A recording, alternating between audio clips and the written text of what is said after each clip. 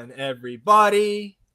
Welcome in to the North End Podcast, episode 286. My name is Zach Graham, your host here in the North End, joined, as always, by my good buddy. He's on record as my best friend. His name is Ian Michaud, and we call him E. E, sitting here on a Wednesday, Austin, Texas, heating up out there. We're back in season. I'm back to being weather guy full time. It's going to be in the 80s on Sunday, man. Kind of a direct opposite from what we just experienced in the season opener. And obviously, we're hoping we get a better result as well this Sunday. How you feeling, my friend? 3 days removed now from that opening night draw. I'm 4 doing days, well. actually. Sorry, my math is not, I'm in season with the weather guy. Math guy, not so much. Yeah, we'll get to that a little later. I'm excited, man. Another home game here. I'm ready for this. I want to see a win. This team that we got coming in here is not very talented. Mm-hmm. And, we talked about it, I think, directly after the last episode we recorded. It was like, we pulling the lever already? Yeah. On this one, you know what I mean? I forgot who it was on the YouTube comments being like, you got to, in this league, you got to win games at home. And that's fucking true, and like a lever pull in the second game of the season seems a little crazy, but I mean, I'm going to go ahead and yank it. And then we'll get into that and the preview and everything like that. So I'm super excited, man. Ready to be back at the queue. Probably the earliest lever pull in Austin FC history, certainly North End history, but we'll see if I disagree with you once we get to the preview, man. We've actually got a lot of stuff to run through here today, so we can dismiss of our silly pleasantries here at the top of the episode and get into the rest of episode 286. Before we do, of course, we got to remind you can support the show financially for free by downloading the audio versions of our episodes wherever you get your podcasts, and you can also toggle on auto downloads, which will support us that way going forward, and you don't have to think about it again. You want to go that extra mile, rate and review the show wherever you get your podcasts. And if you are watching on the YouTube channel, hitting that subscribe button helps us grow the show. You can also hit the notification bell to know when a live stream pops up or a new episode goes live. And of course, here on episode 286, hit the thumbs up, like the video, help us battle the YouTube algorithm overlords, atone for your sins, wash yourselves clean in the waters of the North End. And of course, you can join our Patreon. The QR code to sign up is on the screen right now if you're watching on the YouTube channel. And, of course, it's in the description of both the YouTube episode and the audio version. So you can sign up. And when you sign up for the Patreon, that grants you access to our listener questions, among many other things, E. And we actually have our first listener question of episode 286 coming from our buddy Hitchcock, who had himself a weekend taking home that team signed ball. We also got evidence North End sticker going on his Jeep there. So you're going to see those North End stickers out and about now here in 2026. But Hitchcock was asking us, free bobblehead night maybe is the greatest freebie since the Yeti Playoff Cup. I can interject, Hitchcock. I think it is all time. I guess we have to see it. If it's like Dwayne Wade statue style, then maybe not. But he said, attaining this desk statue with motion is a must for some fans, and that requires tickets. So what game will this be? How many will they give out? Will you have to be a certain age and height to get one, or do you have to drive a Lexus or have season tickets? And Hitchcock, I don't think we can answer most of those questions. I imagine it's just a set number.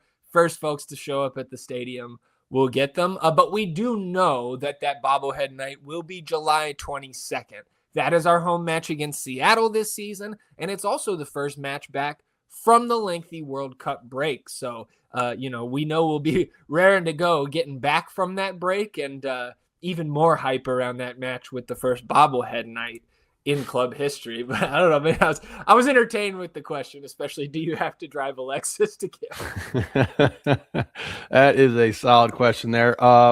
Let's make this a little interesting. We need some tiebreakers for the over-under, right? Let's go. Who gets closest? We'll take another one. Okay. Who gets closest to the correct number of bobbleheads given away? Oh, okay. Okay. You know what I mean? All So right. you gave a little preview, and you can't Price is Right it. Okay. So, you go first. Right. I'm going 5,000. Okay, I'll go 10. Okay. Round numbers there. I think one of us is going to hit that straight on. Well, then that would be impressive, I would say. And also, I guess we, I still Stuver, right? Like that hasn't changed. It's got to be favorite in my clubhouse right now. That's for sure. Okay. All right. I like it. 5,000 Stuber bottleheads coming your way. Yeah, right. Hopefully it's 10,000. The more the merrier here, man. God damn it. Well, we will start, and we'll go ahead and take that QR code off the screen here. Hopefully we see any of you that have been dancing around, maybe signing up at the Patreon. Hopefully we see you in the Discord soon. Yeah, I wanted to talk about this post that came from Alvaro de la Roca, who I believe is a Honduran journalist. He posted this tweet late Tuesday night, and then it was I was made privy to it here on Wednesday. This apparently exclusive report says that Austin FC has shown interest in Honduran midfielder Davy Flores. He says the Verde and Black is evaluating the possibility of signing the 29-year-old defensive midfielder who already has MLS experience with the Whitecaps and Toronto FC. Flores is a free agent after leaving Al Najma of the Saudi Pro League earlier this month, and if the deal goes through, he would become the second Honduran on the roster alongside Joseph Rosales. Even before we talk about this player, this does not make much sense to me. We did not amplify this rumor, and if we get some more credible sources on it, then we certainly will follow up. But I just wanted to address this on the show at the top to say that we don't believe this, mostly because of the roster situation.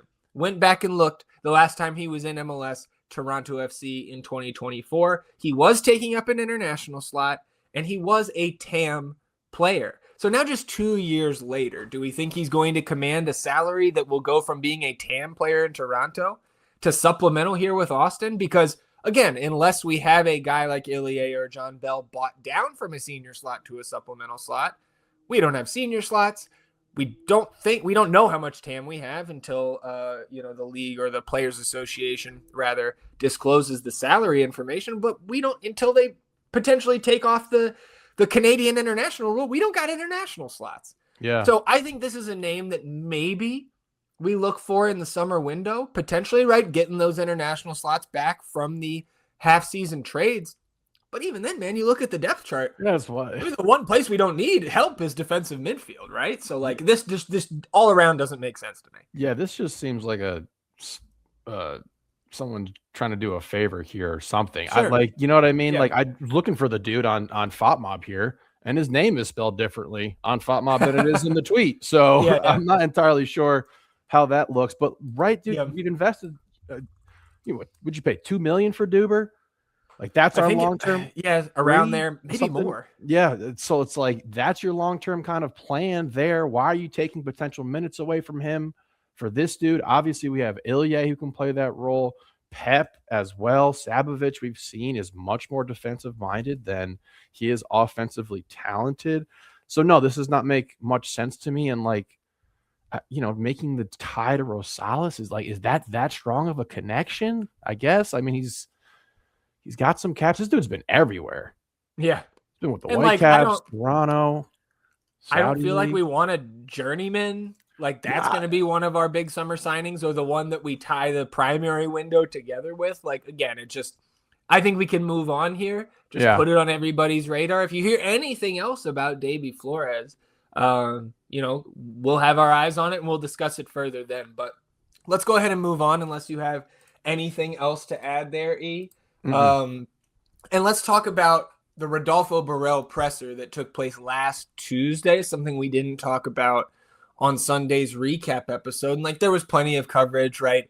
Moon Tower was represented there. We Are Austin was represented there. Of course, Verde All Day as well. And I do want to read from Verde All Day because of some of the quotes that they posted on their site. And then I think one of the topics I want to talk about, I think it was Moises who asked the initial question, but one of the first things that Rodo talked about in his annual or kind of biannual presser there, like the end of the transfer window remarks here, he was talking about not grading himself, but kind of an evaluation of his first 2.5 seasons as our sporting director. And he said, when I arrived here, I really thought I would be able to bring everything I wanted much quicker in less markets. The reality that some of my colleagues told me about is that to get players over the line in MLS is difficult because, again, this is not a league where it's just pocket money and I bring this player, I get rid of 8 players and I bring 8. There are very strict rules and regulations for everybody. So I'm not complaining, and I have to say that I'm very happy to what I've been able to bring during the period that I've been here.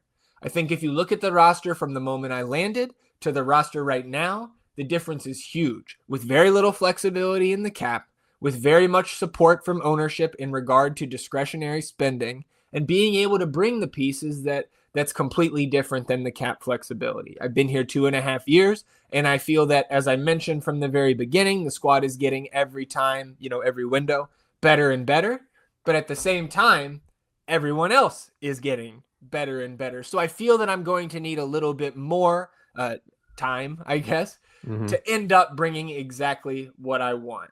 So again, look, man, it is past. And if there are plenty, I think, Rodolfo Borrell doubters out there in the fan base right now. And if you wanted to really stand on the point that Rodo said 2 to 3 windows and we are past that mark now, I think that's totally fair. Yeah. Again, and kind of like we said on the Soccer Wise preview, right, is what bar are we holding this club to? And I said, with the spending that they have made at the top of the roster, I think it should be top 4 or even MLS Cup contention. If that's the bar we're holding them to, they have not achieved that yet. But again, I also if they're sorry, go ahead. I'm rambling here. Go ahead. That's the bar, right? That's what I'm holding them to. We got to fucking win a cup, man. But we weren't.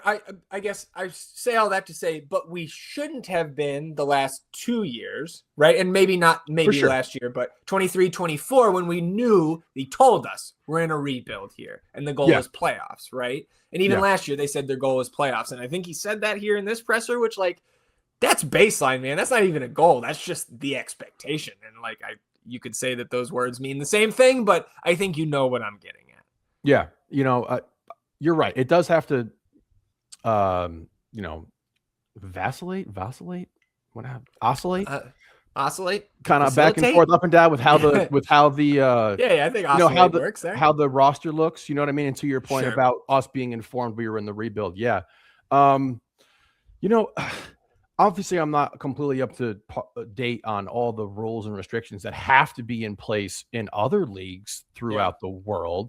But I think it really boils down to the infinite spending that a team like Manchester City has, right? That's got to be the main difference, where it's just we can pay for anyone we fucking want, whoever, and they want to be here. And that doesn't seem like something he shouldn't have not been aware of when he was taking this job here. And I don't want to come off like I'm sounding negative or that I doubt Rodo or anything along those lines. But people can reserve the right to change their mind, of course. And I think hearing from someone about how difficult it can be to get players across the line in the MLS and then trying to do it are two separate beasts within themselves. But he did come in pretty guns blazing about the plan and the names and things of that nature. So this was interesting to hear from him, because usually you kind of get that, laid back. I think he still was in this press conference, but it's still a quiet kind of confidence about him where, he'll say something a little off the cuff. That's kind of a back and forth and everything that has a lot of confidence behind it. So this is interesting to hear from him. I love hearing from the guy. He kind of fascinates me. He really he does fascinate me. Just the way that he approaches things. He's got his little collared button shirt, buttons undone up top. I know. He's just Well, he also talked about, and I think this is where Moises kind of asked him a good question that allowed Rodo to kind of explain the process of a transfer, especially one of those international ones for a guy at the top of the roster, right? Because we were coming off the kind of Mirtu Azuni saga there for 48, 72 hours where we thought he might be on the move. And he kind of talked about, right, and I don't think this is revelatory information, but it's it can be the agent of a player that reaches out to another team, or vice versa. It can be a team that reaches out to the player or the agent, and those guys can sit there and negotiate all they want, but then you have to come and negotiate with the club as well. And so there's just kind of illustrating how many moving parts go on. And again, if you want to hear Rodo's own words, the club did post it. I think that the press conference in its entirety on the YouTube, on the club's website, and all of that jazz. So it was a little less than an hour this time. It seemed like maybe the comm staff was trying to keep Rodo corralled to an hour, because I think he would sit there for 2 or 3. I do. And answer. And like you said, kind of go back and forth with the assembled media there. But nothing he said during that, 50 minutes and change made me think that it's any less likely that Mirtu is going to maybe be moved on during this secondary transfer window. Because he certainly didn't outright come and say we weren't talking, about moving Mirtu. But he also, I think, did highlight, if you move a certain player out, again, he wasn't naming names. He's like, if you move a certain player out right before the season starts, you're not able to replace that guy who you're maybe counting on. So again, it was all kind of thinly veiled talking about Azuni in my eyes. But it was interesting to hear him talk about that stuff. Yeah, and I mean, we know from the Azuni rumor that he was in, right? Azuni felt compelled to be. That was the rumor. And the player and the other club had agreed on terms. Yeah. That signs point to that for sure. I'm just looking at this from the perspective of the team right now with Mirtu and everything, and just hoping that he's in the right headspace, man. Yeah. It can't have hurt to tap in that goal, right? No. Get your first goal, game 1. Yep. To get that 0 out of the G column there. I think no matter how you get it. Yep. Right. Is what all of us should want, because we not only do we want our team to do well, but if we are looking to move on from Mirtu this summer, it's going to be much easier to do so if he's got good stats on paper. Another thing that Rodo talked about, he said that he was talking about how the league is getting better and better, right? He mentioned that in the comments we read from Phil's post. And he said that there are now players out there to kind of illustrate this. He said there are some players out there who 2 to 3 seasons ago would have started for 60 to 70% of the teams in the league. And now some of those players are without a club. And that's where I got to hit the button. Rumors, whispers, made up trades, consequences we never weigh. Logic's thin, the mic is hot. Let's pretend this means a lot. Taking shots from way downtown, hoping no one writes it down. Hot takes flying without hesitation. It's time for some reckless speculation.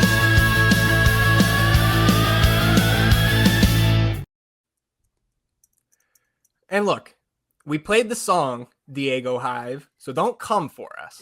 Reckless speculation. I think he's talking about Diego Fagundes, and this is something that I don't think was ever officially reported anywhere or even put out as a rumor by anybody credible. But it's something that has been said to me multiple times over the last couple months, because our boy Diego Fagundes, right, out of contract, got I think had an option with the Galaxy that they declined, because we remember what that contract was like. It was large, and now he is still without a club. And what I was told this offseason was that his representatives for Diego, whether it was his current agent or his former agent, who was also his father, did reach out to Austin FC this offseason offering his services, and that Austin FC declined. So again, you could also, I'm having some fun here, right? Yeah. You could also say the same about Julio, maybe, right? Because I don't know if Julio could start on more than half the teams 2 or 3 years ago, but he was a pretty regular starter for us his entire time here. And but he was just never to the level of a guy like Diego. Cause when Rodo showed up, Diego's coming off his career year. He just got this huge, his best contract in his career, right? A lengthy MLS career, a storied career. But it just made me think, I don't think this is a question we've asked on the show. So I would ask you, if Diego Fagundes would play on a supplemental for Austin FC this season, would you sign him? A supplemental? I'm saying basically just getting him for free. You know what I mean? Yeah. Would you say, again? But it's not a snap yes, is it? It's not a snap yes because of the wing depth we have now, the age that he's at. But for a supplemental, man, and the only thing that comes into mind is there was an unceremonious kind of exit, and like I get all of that. But I mean, for a supplemental, I'm in on that, dude. And I think that would be, again, if there was any truth to that. Again, this reckless speculation segment here. But I mean, like if we're looking at it, right? He's in Austin. Mm-hmm. You know what I mean? He's out of work. Mm-hmm. Like though, that is when you take the vast pool of players that Rodo is talking about with that statement saying, 2 to 3 years ago, there's all kinds of players who were no longer playing who would have started. Right. That's a lot. That's the pool of players for sure. But who else would apply to Rodo saying that about MLS in his tenure? And I think if we're just talking about on the field, like again, he is not the same player as 2022. No. He's old. He's at the latter stages of his career. From just the soccer acumen, though, I would take him on a supplemental. Absolutely. But the off the field stuff factors in, man. And I think, again, if there's any truth to it, I think it proved my theory that Diego Fagun, and it's not a hot take, I think plenty of people would agree with this, that Diego probably burned some bridges on his way out. Like, it's no secret, right, that like most of, if any locker room leaks that came out while he was here, we're coming through guys and outlets associated with him in his camp. So I think that rubbed Rodolfo Borrell the wrong way, and we remember the uproar, right or not, from the fan base or the player in his camp, anything like that. Like, we remember the uproar and the additional headache it caused Rodolfo Borrell in his first window here by making a move that, when you know the rules of MLS, had to be made. Yeah. Right. And we said that on the live stream at the time because we were getting questions, because we weren't sitting there shedding tears about it, because we understood the rules and roster building side of it and can separate that from the appreciation we have for Diego as a player, the things that he did do and continues to do as I believe, an off-season resident of Austin, Texas. All of that was great. You never forget the guy who scored our first goal and was, again, like, the second best player on our best ever team. That's probably not going to be topped all that soon. So yeah, man, again, I just thought it was an interesting conversation because that is the first thing I thought of when I heard him say that. What's the madman thing with the guy Draper? He's like, I don't think about you at all. That's where I'm coming from with this. So I am not backing you here on this one, but I do see how you whittled this down and got to that point. For sure. Hey, look, sometimes you can say, shut up, dude. I wish I said it more. Damn. Let's move on here, E. This was a thread from the MLS Ref Stats account on Blue Sky that dropped a thread of some of the law change summary for MLS this season. And so these are apparently, I think, FIFA, like kind of global soccer law changes from last summer that are now implemented domestically. So some of these points from the thread. Number 1, goalkeepers must release the ball back into play within 8 seconds. So per PRO, this 8 seconds begins when the goalkeeper has clear possession of the ball and has the ability to get up and is not crowded by opponents. So we'll see how much this is actually enforced correctly, but a violation is supposed to result in a corner kick to the opponent. So look, man, this is, if you weren't counting in the south end or the north end at the end of these games when these opposing keepers are holding the ball, even more reason to count now and let that official know just how bad of a job he's doing. We'll see, man. We'll see if we ever see that call. We will see. That's going to be tough to enforce, in my opinion, and probably going to have to be pretty egregious for you to get a corner kick out of it. Maybe they enforce it a little bit just to like show face, but like I'm reminded of shooting within 10 seconds from the free throw line in basketball, and certain guys who can just go, 12 seconds we're looking at, and it's just like, come on, dude. Well, I'm only going to hit on 2 more of these. Again, MLS Ref Stats on Blue Sky is where you can see the full thread. But this one was interesting to me, E, because it answered some questions and some anger that we had. I forget what match last year, but this says that when play is stopped and must be restarted via dropped ball, the ball still will be dropped to the defending goalkeeper if the ball was inside the penalty area when play was stopped. However, if the ball is outside the penalty area when play is stopped, it will be dropped to the team who would have gained possession if clear. So you're getting a little bit of that imminent possession here Mm-hmm. in the soccer rules. But you remember the game? I don't remember what game it was, but right, there was a guy who went down with a head injury. We had the ball in the box. Plays stopped, and then the ball was dropped to the opposing goalkeeper. It was definitely at home. Was it not Houston? Oh, you might be right. I really do not recall which I don't game remember. it was. For some reason, I remember being mad.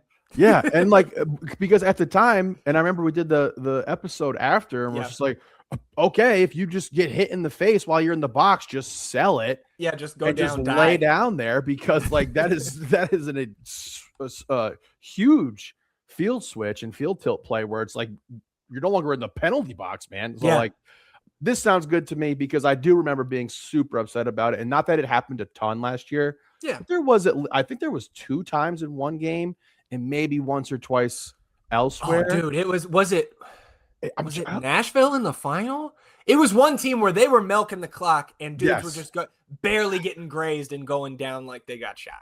Yeah, I really can't remember what game it is, but I do like the sound of this one for sure.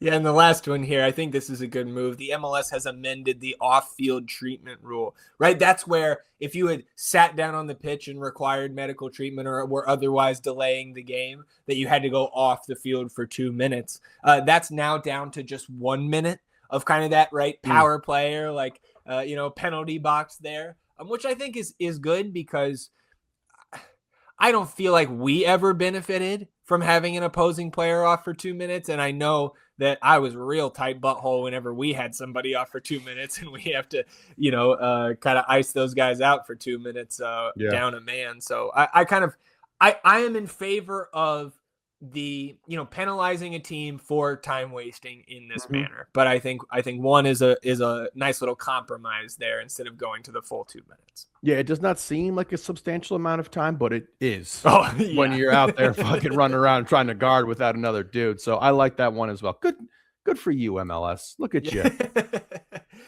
Well, let's talk about, before we get to the DC preview, let's talk about this anonymous executive survey from The Athletic. This is year 5 of this exercise where The Athletic will reach out to all 30 MLS clubs, sporting director or some other executive, to answer this anonymous survey. And this is something, dude, all the way down to like, and we got a little Bogert bomb here. LAFC just extended Denny Buonga, so don't think he's going anywhere anytime soon. But good. Getting back to I mean, the league's better having a minute. Man. Absolutely, the league is better, and I want to beat those fuckers in the playoffs with him. Yeah, I agree. So getting back to this survey, like I remember when I was coaching D3, we had anonymous surveys like at the beginning of the season for the coaches and like the sports information directors. And it was just always good, fuel to start the season. Cause unless you're picked first, you could always just drum up that narrative there. So I wanted to laminate that bitch. Yeah. So I wanted to, go through some of these here, and this is unsurprising until you get down to the bottom, dude, because Inter Miami, and I should know. What the fuck? Hell yeah. I should note, only 22 of the 30 clubs responded. The other 8 either declined to participate or did not respond, which no fun. Cowards. There. Yeah. So might have been us, dude. I don't know. But so for those listening on the audio version, we'll talk about the high points of this. This part of the survey was which team will win MLS Cup. Inter Miami garnered 11 votes, LAFC 6, Seattle 2. Those are the 3 teams with multiple votes. The other 3 teams receiving votes, Vancouver Whitecaps, FC Cincinnati, Austin FC. Who? Oh, I want to know. I want to know too, and I want to shake their hands. Like, what's going on? Oh my god, yeah, dude. Fucking Wolf casted a ballot for Minnesota. That was the most eyebrow raising result out of all of this. Oh, and that is wild. Even more entertaining as we go through some more of these, because we move to the next one. Which team will win the Supporters Shield? Miami gets 14 of those 22 votes, LAFC with 3, and then the others receiving 1 vote, Cincy, Chicago, Nashville, Philly, and San Diego. No surprises there. Philly seems, I guess they got whatever. I mean, they won the Shield last year, so I don't think it's crazy to say they could do it. I think it's ill-advised, just given, their offseason. But the next one was, what was the best winter move? So this includes signings, trades, or sales. And barely beating out Espinoza to Nashville is Herman Berterame to Inter Miami, 7-6. Then James to Minnesota got 3, and the others receiving votes: Werner to San Jose, Mbokazi to Chicago, Vargas Sale to Atletico Madrid, Bogish to Houston, the Freeman Sale to Villarreal, and the I still need to learn how to say Eustaquio. Maybe I got that to LAFC. Also got a vote there, and I got no qualms with any of these. That seems like a cheap answer. I would take Obed Vargas here. I think that was huge. Okay, nice. Yeah. Get that young dude from the league over to fucking Atletico, man. Like that's massive. So like, shout out Obed Vargas, because I'm just gonna do Miami for all these. Yeah, I mean. All right, LeBron guy. Now you know how the rest of us feel. The last 20 fucking years. Next one, Inter Miami wins. Who had the best offseason? 9-5 over Houston. 5 for the Dynamo. That's wild. I do think the Dynamo got better, and they did win their opening match against the third team in this list, Chicago Fire, with 2 votes. DC, Nashville, Red Bull, Galaxy, RSL, and San Diego all got 1 vote. But this is where I laugh, because who voted for Austin to win MLS Cup, but we didn't have the best offseason? Yeah. That doesn't make much sense. But neither does the vote in the first place, probably. So yeah. I'm not looking for logic there. Next one was, who is the best goalkeeper? And this is laminate this, Bradley Scott. And if he's not gonna, everybody else do it. Put it in his locker. Dane St. Clair with 8, Roman Berkey with 5, Christian Kalina with 3, Matt Freese, Matt Turner with 2 apiece. Then Yohei Takaoka and Andre Blake each get 1. And look, man, it's no knock to any of these keepers. This is the group of the best keepers. Brad Stuver belongs in there. Dane St. Clair with 8. Come on, man. Come on, man. This is that's disrespectful. Just highlights the constant overlooking of Bradley Scott Stuver and everything he does. What, he just break the fucking record for most saves in 5 years or some shit like that, 3 years or whatever? Yeah. You can't even get 1 vote. Yeah. Andre Blake didn't even fucking play last year. Yeah, right. No, we know that. We know that well. We were one keeper every fucking week because this dude was out. And I mean, Takaoka's very good keeper, man. Obviously, Freeze great. Kalina, very good. Berkey's overrated. Just because he's got the DP tag at this point, I think he is fucking overrated. Well, and it's also, that's what I was going to bring up, is like, okay, well, you cannot knock Brad Stuver for being on a bad team the majority of his seasons here if you're going to give 5 votes to St. Louis and Berkey. Yeah. Or to Matt Turner and the Revs, who were shit when he came back last year. Yeah. Right? Like, and Dane St. Clair, Minnesota was 2 wins above us last year. Yeah. I don't know. I'm always getting upset when people don't respect Bradley Scott. Who is the top head coach in MLS? Runaway, Jesper Sorensen, 9 votes. Pascal Janssen in New York with 3. Greg Berhalter with 2.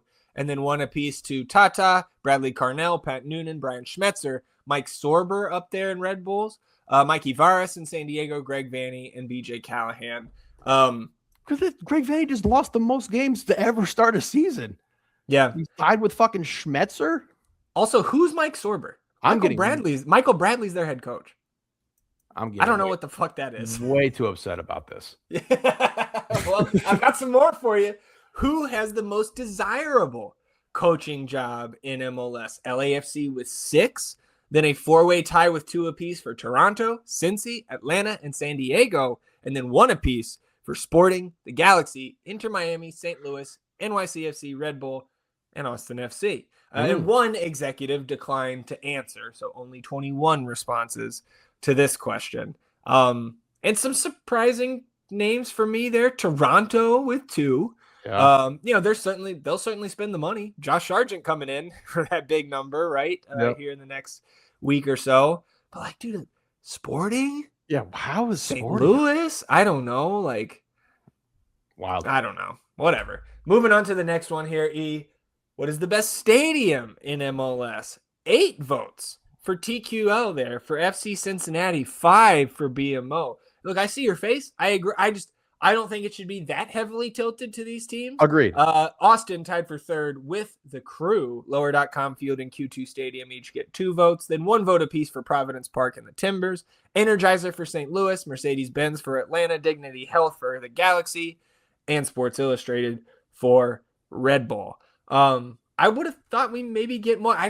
Lower.com Field versus Q2. I mean, obviously we're biased, but I don't know, man. I think Q2 should have been at least third by itself. I would say so as well. So we got to go to Cincinnati, I think. I mean, every time I've seen the Cincinnati games on before, we're like, going to watch somewhere or obviously go up to the game. It seems like a dope spot to play. For sure. But like, I think running away with it, like that's a little crazy. Yeah. And I wonder, like next season when we see this, I wonder how many votes that new Miami stadium that we see here in a couple weeks is going to get. I've heard, I think I saw somebody say that the people who did the Intuit Dome are doing this one too. Oh, so like, it was state of the art for real. I think it's gonna be super like interactive, and I think we'll see in a couple weeks. Slow supporters of the other team's Wi-Fi down and shit. Oh, here we go. Yeah. Here we go. Hell yeah. More here, E. Who has the worst training ground in MLS? San Jose. Good. With 6 votes. Then Colorado 4.5. So we had somebody split their vote here with 2 votes apiece. DC, Houston, and Minnesota. FC Dallas with 1.5. And Red Bull with 1. 3 executives declined to answer. And the Red Bull facility refers to the club's current accommodation, not the planned new one. So I don't, dude, if this is like training facilities and not your pitch at the stadium, San Jose is just shit all around, dude. Hey, man, not surprised, but they're practicing like they play, brother. They're making sure they're ready to go out there. and look, I just want to note to any players domestically or abroad, when you're thinking about coming to play in Texas, keep in mind the one team of the 3 that is not listed here. Yep. There's one right answer for which club to come play for in Texas, and they wear verde and black. Last one here, E. Breakout talents and potential incoming stars. The question is, who is the next Alex Freeman to emerge out of nowhere into the national team? 3 players tied with 3 votes apiece. Peyton Miller from New England, Adri Mehmeti from Red Bull, and Owen Wolf from Austin. You get 2 votes to Xavier Gozo from RSL, and then 1 vote apiece to Luca Bombino of San Diego, Taha Habrun of Columbus, Reed Baker-Whiting, now in Nashville, Davion Kimbrough of the Sacramento Republic, who is 16 years old and plays clearly in USL Championship, got the vote anyway, and Nico Shakiris from San Jose. Not surprised to see Owen up there, but man, if you took this vote again after week 1, Mehmeti might pull double-digit votes, dude. I don't know if you saw his highlights, but him and Julian Hall up there for Red Bull going crazy. Let those young, they started like 3 teenagers, right? Yeah, dude. Right? And bench Choupo-Moting is for him, right? For Mehmeti? All right, I think that was for Hall. I think Mehmeti is a midfielder. Oh, okay. How are you picking 16-year-olds in the USL Championship when Kevin Sullivan's around? Yeah, right. Also 16. Like I don't get that, dude. I don't know. That's awesome to see. Him getting his recognition is fantastic, man. And people getting eyes on him. That's great, man. And if he takes another step this year, I think it's hard to argue with this. Last one, E. What realistic signing is the most intriguing of the World Cup stars that will play here? First with 7 votes, Robert Lewandowski. Second with 3 votes, Mo Salah. Guillermo, look at it. I told you it could happen. 2 apiece, Harry Kane and KDB, and then Casemiro and Raul Jimenez each got 1. 6 executives did not answer. So we can leave it there, E. And again, I don't think any of those names coming to Austin in the summer. No.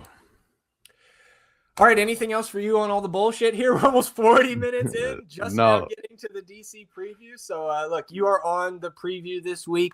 Will be posted later in the week at the northendpodcast.com, but talk to us a little bit about our second opponent in 2026, DC United.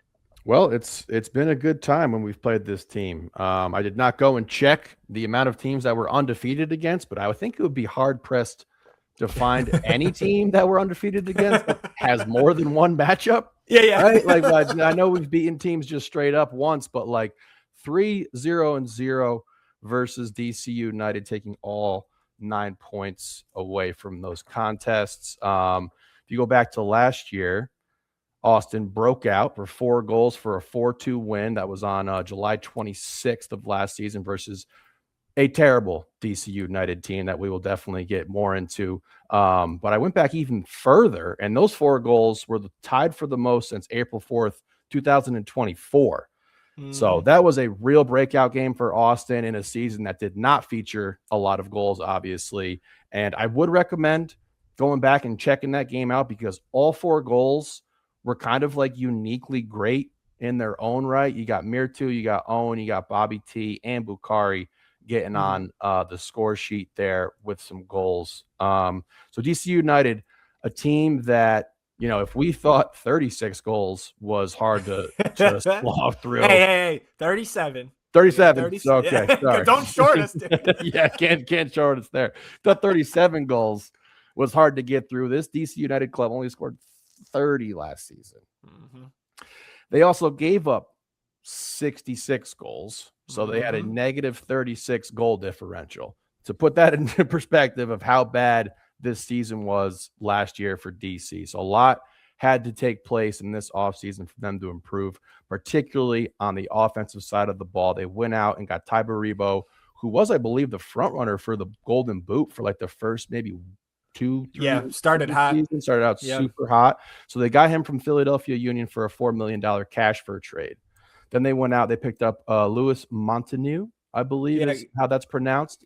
Romanian forward coming over from CFR Cluj in the Superliga in Romania there. 28 goals and 63 appearances.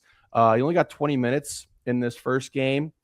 Came on for another striker. So they have 3 strikers up front with Pirani in the 70th minute. So I'm not sure if he's still working his way back into form or getting a bit more acclimated to the team and how they want to play and everything.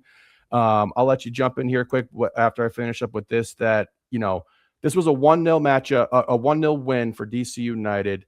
Philly lost a man in the 69th minute, so they played a third of this contest down a man. And by all accounts, I did not watch this, but by all accounts, this was just an ugly win in an ugly game for DC United. But I know when you finish like this team did last season, that your fans are going to take 3 points one way or another to start the season. So they do come in with those 3 points, but this is not a very talented team. I believe we have them finishing last in the Eastern Conference in our predictions. So we did not see any reason to really boost this team and or to fear them too much. Obviously, healthy respect with them coming in, but this is not a club that's super talented. Yeah, and I've got all kinds of bullshit here written down. Going back, if this is your first season, paying attention to Austin FC, DC United, one of the original MLS teams from back in the 90s, right?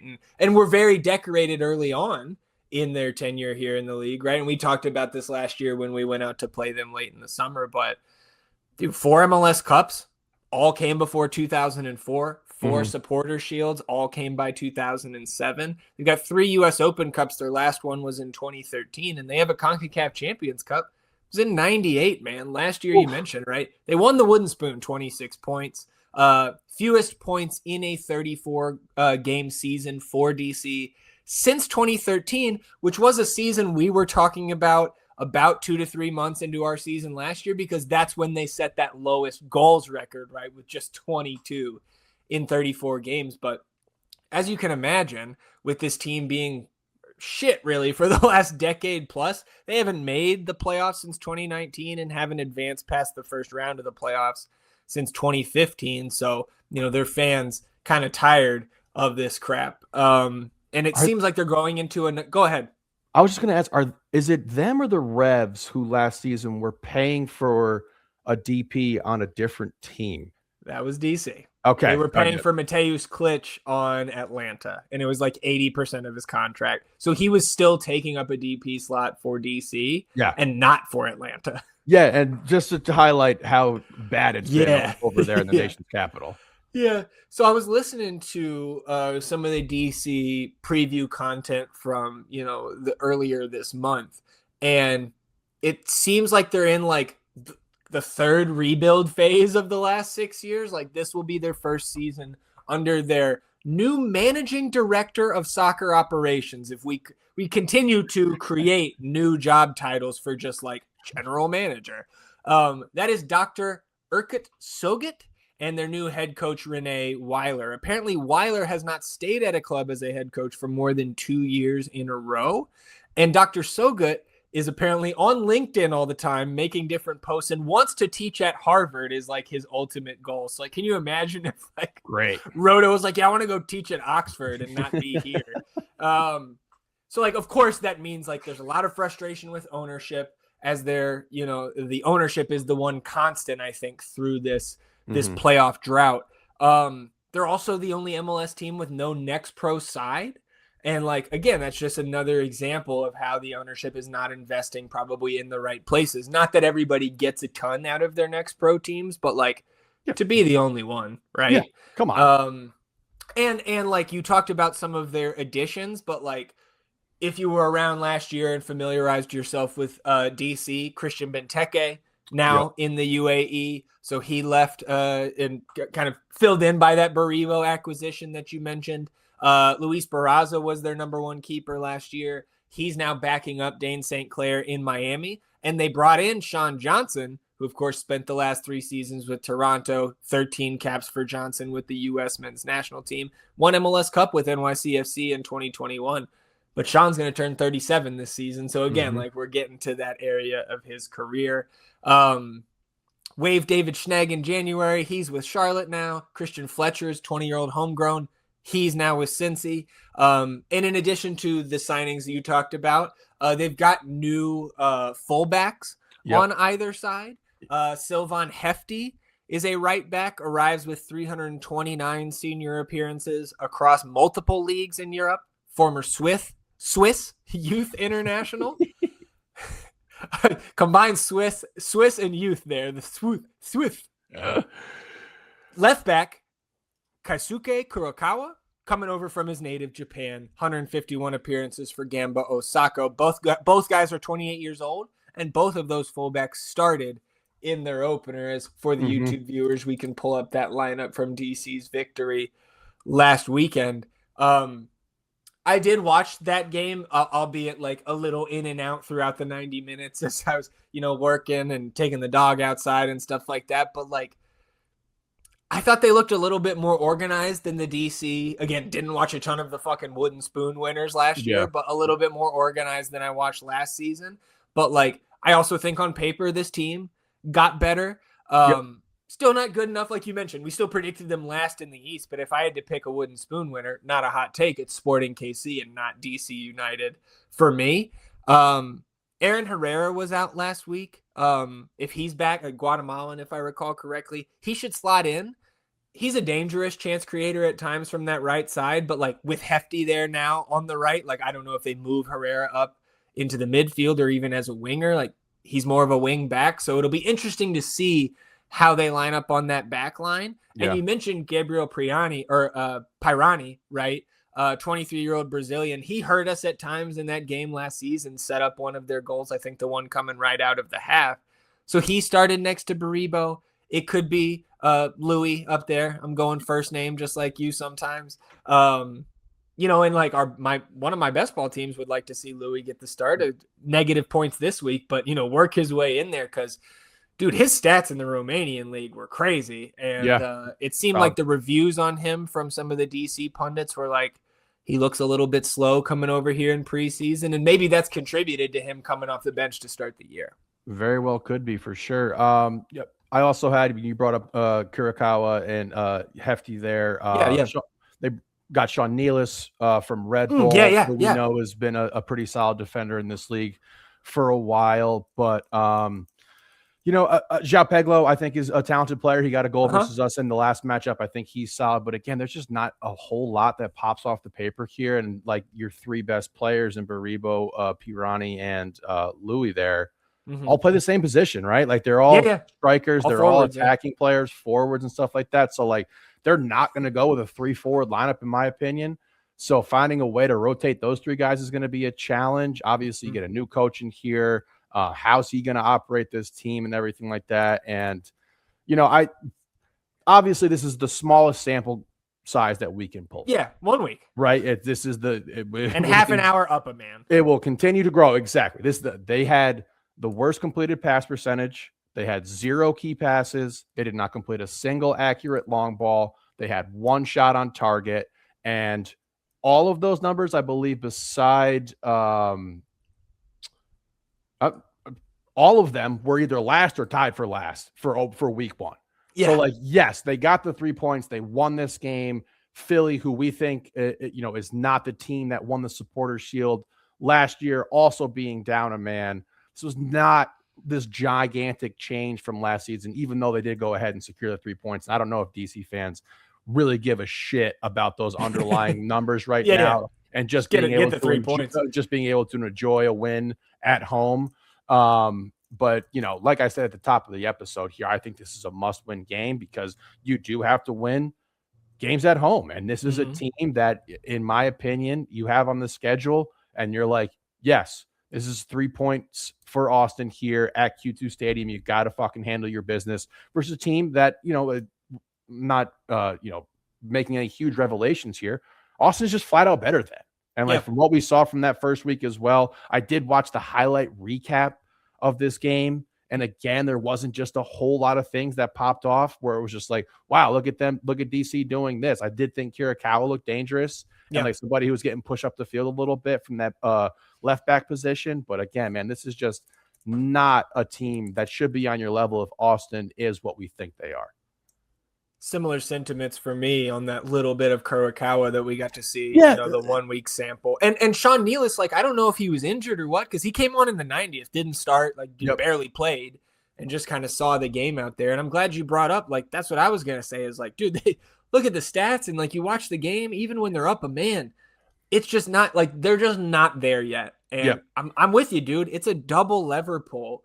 And unless you have anything else to add on the DC side of things, we can go ahead and talk about us. No, I'm done with that team for sure.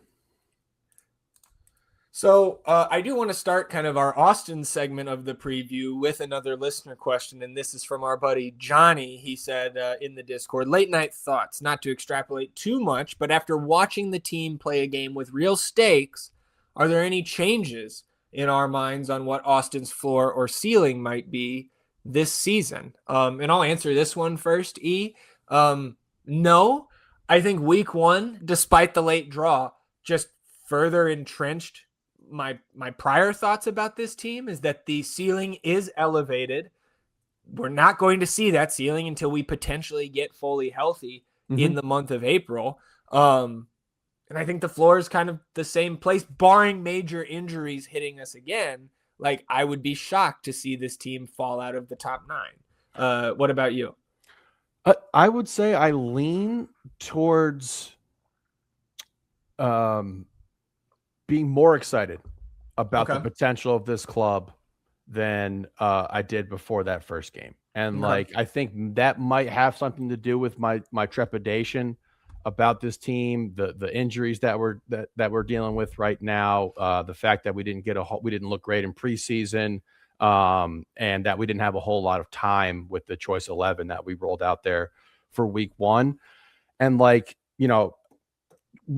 in the Discord, shout out Kevin Morris, man, him putting some clips and everything of Austin and how it looked a little bit different creatively. And something that I did not articulate nearly as well as him was that I thought that we were getting into space a lot better with some more creative runs. And Facu was a big motivating and generating factor of that. So and again, once we get healthy, fingers crossed, obviously, I do think that you could probably have a better finish in the table than last season, but still might not be better than a team that might finish below you. I don't know if that makes a whole lot of sense, but I look at a team like Seattle, who prioritizes a lot of outside competitions versus an Austin FC kind of team that what we've seen so far from this team.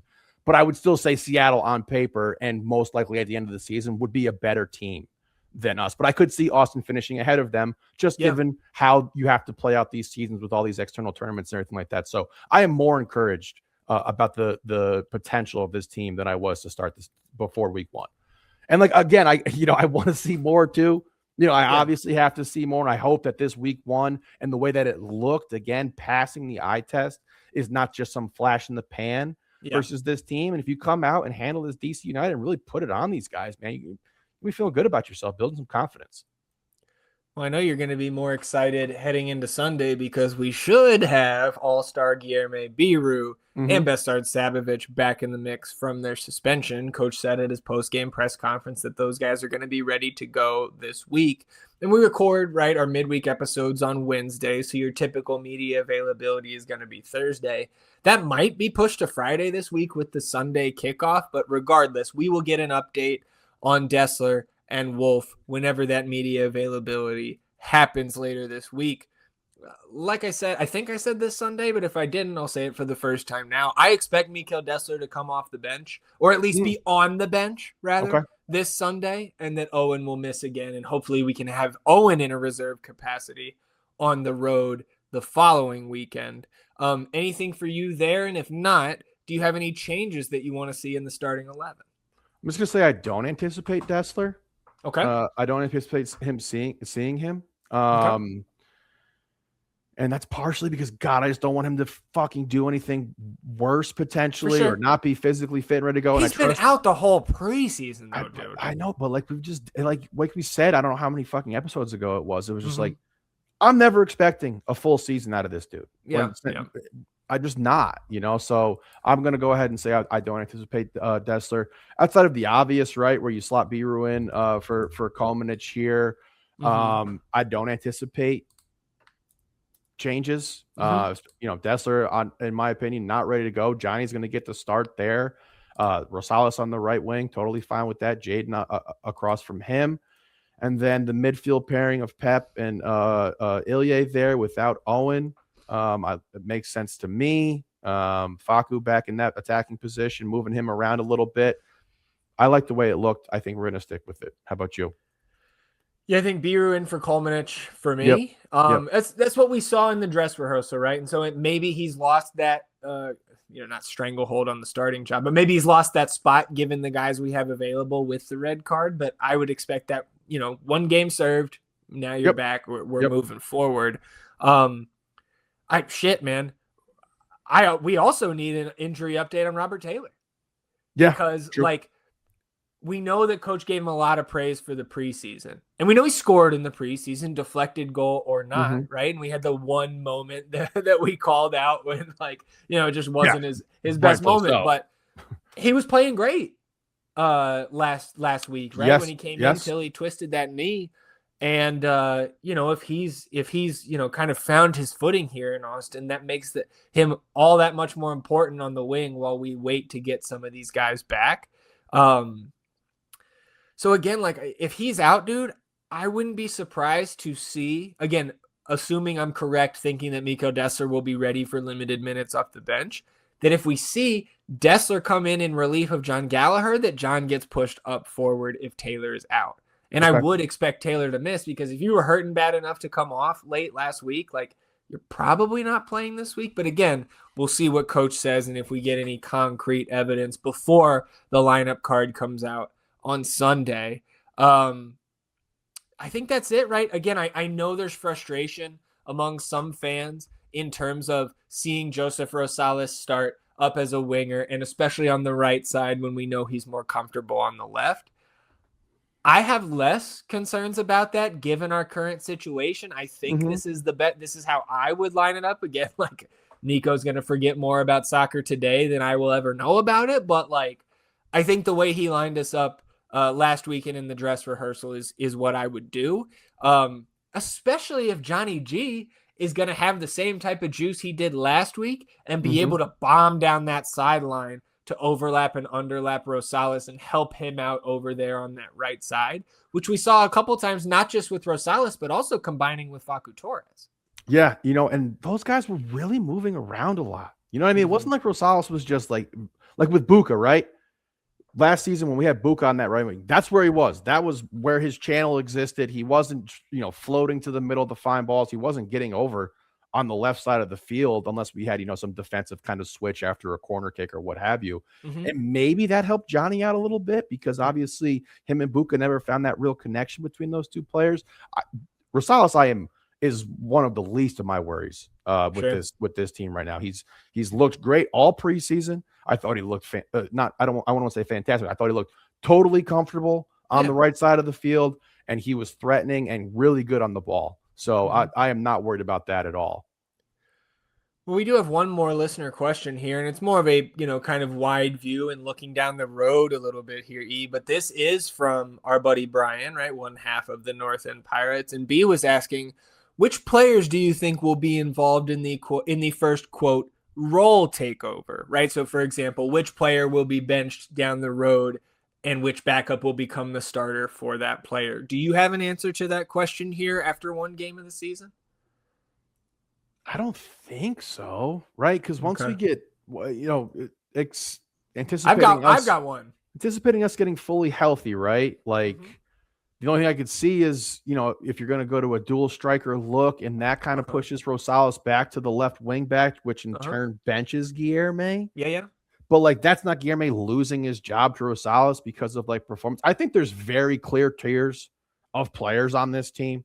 Sure. Like when you look at it, the only thing that I think you could see would be maybe a John Bell for BHI or Sfati, depending. I would throw, if you're talking center back, I would throw Djordjevic's name in there. But that's not where I want to go. Okay. I think for the health of this team going forward, both on the field and with the, GAM situation, I want to see Nico Dubersarski be good enough to unseat Ilie Sanchez. That was a spot that I looked, and I need to see more out of Duber before I agree. Before I can go ahead and be like, hey, I want to take one of our most consistent, kind of steady presences. He's the captain. Yes, off the field. So, but I did look at that, and I just don't think that's. I don't know if he's going to take that step this season, where it's just like we got to see it. We brought Ilie back for a reason. We know. You could definitely play Pep and Duber in the starting lineup and feel okay about that for sure. But like just the intangibles that Ilie brings, I think make him a little bit too important. And as we talked about, like this is a team that we believe is in contention to secure a top 5 spot this season. And I just don't know if developing Duber is one of the higher priorities here.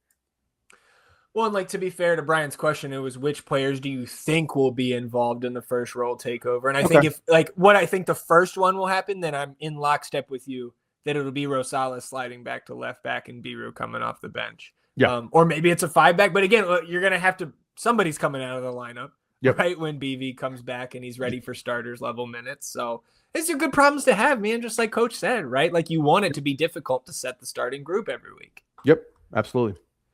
Let's see, have anything else to add here, E? How much is Austin FC winning by pulling the lever on Sunday? Look, man, I am high on this team after week 1 and seeing it, and high on this team from the acquisitions they made in the offseason and the fact that I think we just improved talent-wise. The floor is just so much higher for this club, and the team we're playing that's coming to town here is not very good. So I'm going 3-0 Austin FC, handling your fucking business and just like putting it on these dudes and just being like, hey man, you're not in our class. And like that, it is what it is. Well, it's interesting because sometimes we talk about this before we record, but we did not today. And we're not on the exact same wavelength, but I've got a 3-1, man. Like this is a team, like you put up 2 last week. I think you should continue to improve incrementally week over week. It's not going to be linear, but with this team coming in, man, at home, matinee game on a Sunday, right? National TV, or at the very least, we are the single game at that time slot on Sunday on Apple.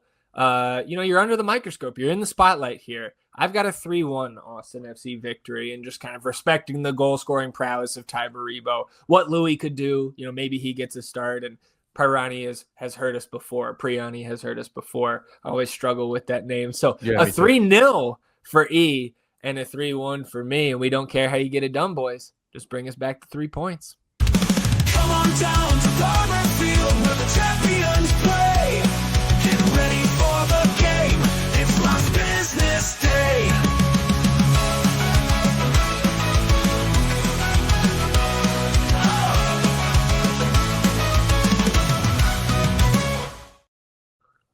Last business day here in episode 286 of the North End Podcast, and season opener this Sunday night at Palmer Field. So getting out there to the pitch, 7:30 kickoff against Minnesota United 2. And Loons 2 last season finished 5th in the Western Conference here in MLS Next Pro. They were on 44 points with 45 goals for and 42 against. They finished just 3 points above Austin, but Austin, of course, finished 9th and lost out on the tiebreaker to miss the playoffs. So some of their guys, again, like these Next Pro websites are not always updated. The rosters don't always reflect what we're going to see, but it appears that some of these top players from last season are still under contract or on the first team supplemental deals where they could be loaned down. To me, their best player last year here for Loons 2 was probably Kieran Chandler. It's a first-team supplemental guy, 20-year-old midfielder. They also had forward number 91, Logan Dorsey. He was a second-round draft pick year before this past draft, and he returns after being the leading scorer last season with 12 goals. He added 4 assists, so he led the team in contributions as well. Midfielder number 34, Kurt Kalov, also a name to watch there. He and Chandler, I think, kind of certainly an above-average midfield tandem there. Both Kalov and Chandler had 7 assists apiece last season. And then 2 other big-time goal scorers for Loons 2, number 39, Luke Hilly, and number 17, Darius Randall. Randall is another one of those first-team supplemental guys that could be loaned down. So I'm interested to see when this lineup drops Sunday evening, who gets the start up top for Loons 2 with Dorsey, Hilly, and Randall, all potentially in the mix there. But all-time head-to-head, man, hasn't been great for our boys at FC. Yeah. Just 1 win, 4 draws, and 3 losses all-time against Loons 2. And with a lot of those returning names up top, you would think that at least their offense is going to be humming out of the gates compared to some of these teams that sometimes sputter in the first few weeks. I mean, you know, these rosters, they change so much. The players come in and these teams look like they get overhauled from season to season. So definitely going to need to see what it looks like. But the guys that you brought up do have some proven success at this level. So, you know, it's been a threatening team that's handled their business against us. So I did see that our boy Jorge Alistue posted some preseason highlights to his Instagram. So we'll just run those here. Nice little goal for him over the top. Then I believe draws a penalty and converts it as well. But this is going to be our new head coach, Jason Shackles' first action here for the second team. So new coach, a lot of new players. Some of the players that left, if you're just coming in after a long offseason as an Austin FC2 fan, no more Peter Grogan, Anthony Garcia, Ruben Bonachera. Of course, Antonio Gomez still on the team, but Antonio Gomez loaned out to a USL side. No Marcus Alstrup in net, and Jimmy Farcarlin, of course, he was one of those guys loaned down from the first team, but no longer with the first team, no longer with the second team. But some of those new additions, and of course you can see how the roster is currently constructed at the northendpodcast.com. Some of those additions, Ibrahim Asal, and then second-round draft pick Stefan Dobrhevich, both forwards. Third-round pick, Patrick Kayeli in the midfield. And then on that back line, we talked about Dren De Bruyne on Sunday, also Evan Watt and Neo Che. And then the goalkeeper, Eric Lauta, who was with the first team through parts of their preseason. So, I do have, and again, this is a complete guess, but here's a projected lineup I ran out there. So, again, like, if you do get Dessler back and Sabovic and Biru back for the first team, I think that's 1, 2, 3, Burton, Torres, Thomas, all coming down. I would expect that all 3 guys would have places in Coach Shackles' first starting lineup of the season here. Mm-hmm. I think Charlie gets the start in net just as the kind of incumbent, the guy who has been around with the club. We know Dren De Bruyne, right, was just signed, and he is a left back by trade, but Bacho Inaruja has been here since last year, so I've got him there opposite Riley Thomas, Daniel Chesla, and Jules Berry, the 2 holdovers at center back in there in this projected lineup. Adrian Gonzalez at the 6 with both Irvin Torres and Jorge Alistue in front of him. Wingers, Diego Abarca is still here. Patrick Gashevsky, hopefully he's recovered from his injury that kept him out the vast majority of last season. But I've got Mo Badawia and Micah Burton up there in the wings as 2 guys that spent the entire preseason with the first team.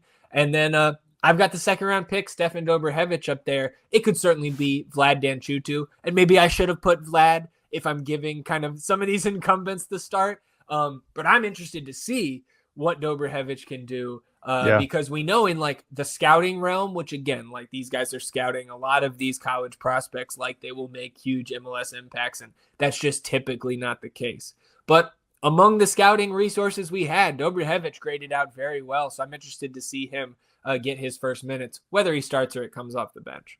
Yeah, that was the spot I was looking at. I think maybe Danchutu is going to get the nod for the reason you made there, but I'm excited to see Mo Badawiya work some more, man. From what we saw in the preseason from him, I was very encouraged. So he's got my attention.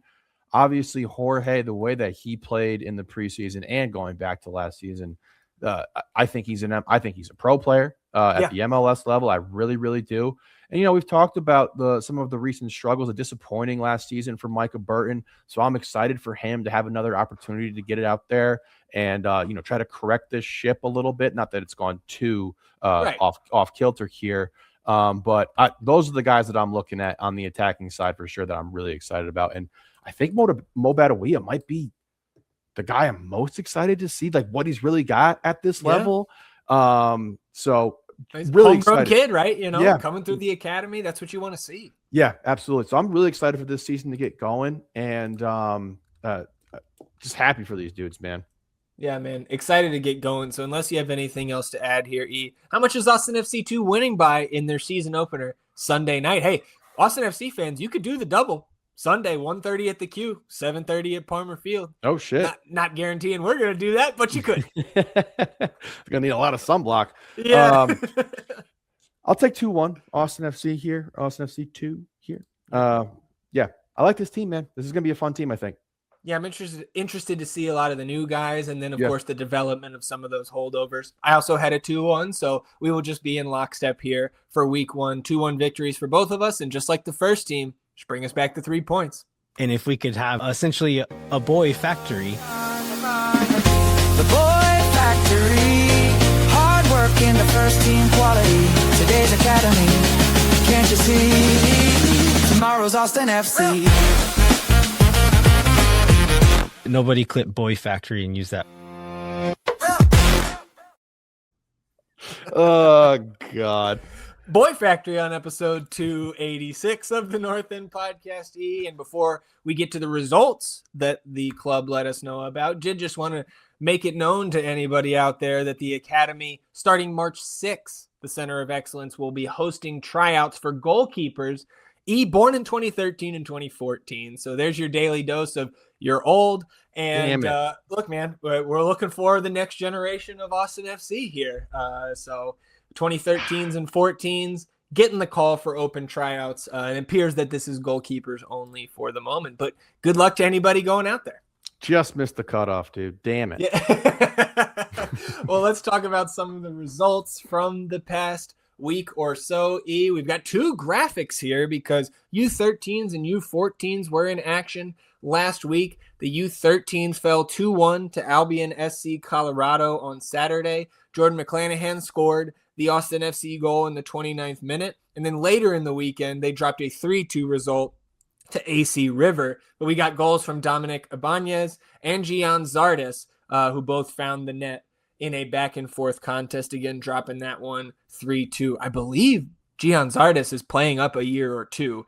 So to see his name continue to pop up here is nice to see. Yeah. Maybe I'm off on that, but regardless, U14s, you move up a level here. They secured a 2-0 victory over Albion SC Colorado behind early and late goals from EJ Balboa in the second and Ari Kaplan in the 78th. Then their second match of the weekend, a 3-1 victory against AC River. Ryan Thompson opened the scoring in the 11th, and then Xander Kilpatrick in the 68th, and Oliver Hamadi in the 70th added goals 2 and 3. So 2 wins for the U14s, 2 close losses for the 13s, and you move on to the older age groups who were taking on the Colorado Rapids Academy U15s. Shared points at home, a 1-1 draw against the Rapids. It was Walter Lazo who scored in the 25th minute to get that point for the 15s.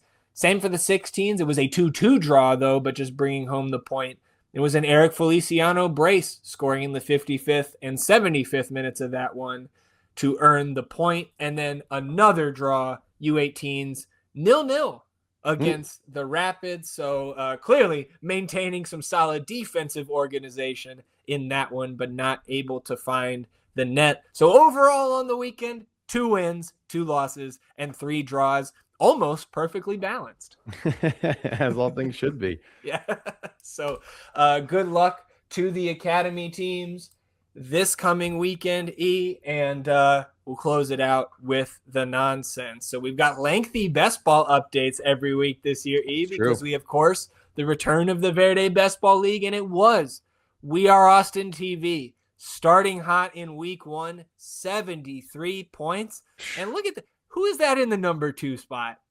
Very Pendant Podcast, man. The first time in almost a year that they haven't slotted in 6th to the standings graphic. So congrats on the hot start, boys. 65 points. We're hot on their heels. 55 for the North End Podcast. 46 for Verde All Day in 4th. 42 for Moon Tower. And the defending champions, soccer-wise, 34.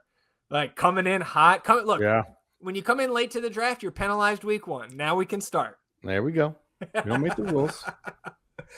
So the Verde Best Ball League kicked off, as did the Best Ball Pyramid Patreon Tournament, E. So we, of course, have 3 leagues of 8 going on with our Patreon members. In the Sentimiento League here, it is our buddy TJ. Wow. Birdman Verde with the 64 in week 1.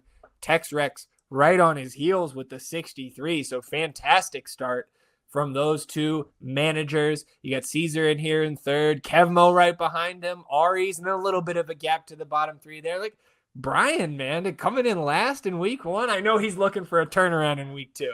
No Joseph Martinez, man. Yeah, shit. Can't do anything without Joseph. So as the Sentimiento League standings after 1 week, Heartbeat League, this is where your boy is competing. Oh, wow. Look at that. With the likes of Swoon Tower, we've got a Swoon Tower North End tie up top, E. Both Mike Crignola and myself, 56 points to top the Heartbeat League standings. But Josh Dwyer, Tim Thompson, Dave Ruth, Peach, all within 8 points of Mike and I at the top. And then AC and Aaron, like this is the most competitive in terms of the scoring through 1 week. Very small sample size, but everybody still very much in the mix in the Heartbeat League. And then this is where E comes in. Hey. The Rooted League.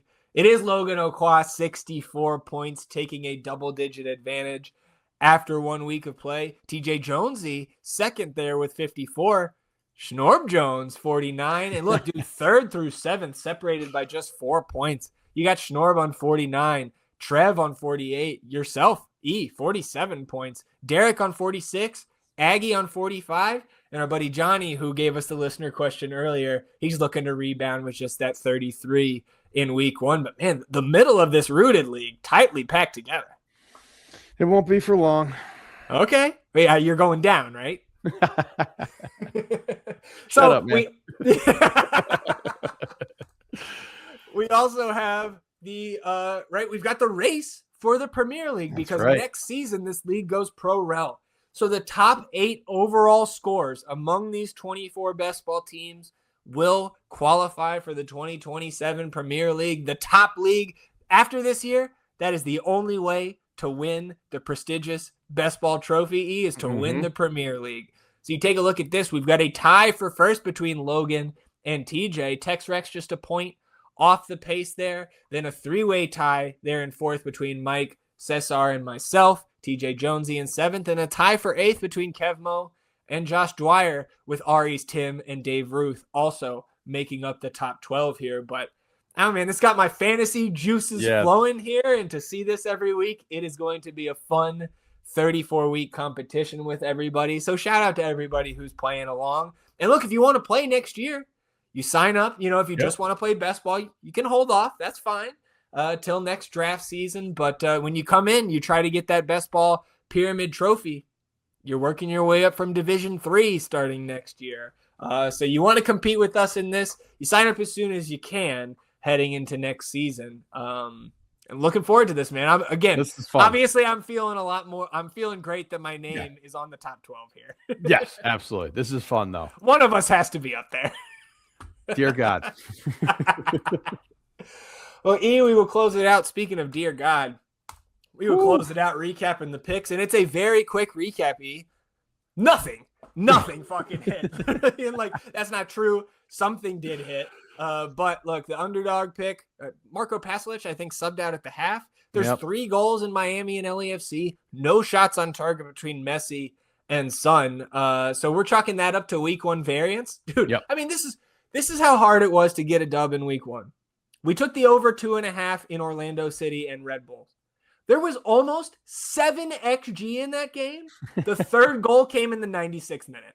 Holy Christ. And then we lost everything else, including the goal scorers, which is what really killed us. And like, this is a list. I went back through last year, dude. We never had a week where we missed all of the goal scorers. And these are not no-name guys. No. Zaha, Latte Lath, Pasalic, Ruvalcaba, Turgeman, Bogusz, Zinkernagel, Facu Torres, Jaden Nelson, Berterame, Son, Messi, Veld, Peck, Aronson. Like, it's not all the top goal scorers in the league, but holy shit, getting home on Saturday night and reading through these and just being like, looking at the account, being like, oh my God, dude, this is like, that was a worse performance than like Austin FC first half El Paso. And we're not going to be able to make it all up in just one half coming week 2. This is going to be a multi-week, potentially multi-month climb to even get back to even. Minus 16 units and some change, dude. Reminder, we were up 50 plus at the books last year and 70 plus overall between the pick'ems and the books. Like, it could not have been a nightmare start. And absolutely insane. Insane. When you sent me the goal scorers prop list and I saw it, and not one of those dudes scored. And we're talking, I mean, like you said, like those were goal scores. It wasn't like you were fucking throwing out, Felipe Martins. It's not long shot, guys. Yeah, you're just like, oh my God. That is. Dude, like, I want to go through those 15 goal scorers and see how much XG they actually accumulated. Like, how much, there's got to be 2 to 3 XG at least that we missed out on with those guys. I mean, they need more XA. Someone's got to get the A to get the G, man. There's no G without the A. You need the A first. If you don't have good XA, you're lost, man. Shit. Well, I think that wraps it up here in episode 286 of the North End Podcast. A lengthy midweek preview episode. E, anything else for you before we shut it down? See you Sunday, y'all. Looking forward to it. Same here. Looking forward to seeing everybody at the Q on Sunday. And a reminder that with a Sunday match, we will be back on Monday, recapping Austin FC's match against DC United, recapping the second team season opening match against Loons 2, and of course talking about everything else that happens in the Austin FC universe between now and then. Enjoy the rest of your week, everybody. We'll do the same, and we'll see you at the Q on Sunday and back here for another episode on Monday. Until then, he's E, and I'm Zach. Vamos Austin FC, everybody. Goodbye.